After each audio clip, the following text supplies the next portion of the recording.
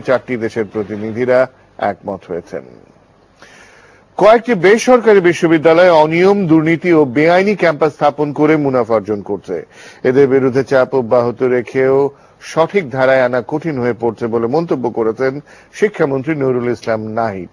সকালে independent university Bangladesh IUB-র 16তম সমাবর্তনে তিনি এসব কথা বলেন। মন্ত্রী বলেন, এদের বিরুদ্ধে আইনগত ব্যবস্থা নেওয়া ছাড়া উপায় নেই। তবে বেশ কিছু বেসরকারি বিশ্ববিদ্যালয়ের শিক্ষার মান ভালো বলেও উল্লেখ করেন মন্ত্রী। দেশের আর্থসামাজিক অবস্থার কথা বিবেচনা করে বেসরকারি বিশ্ববিদ্যালয়গুলোকে খরচ কমানোর আহ্বান জানান তিনি।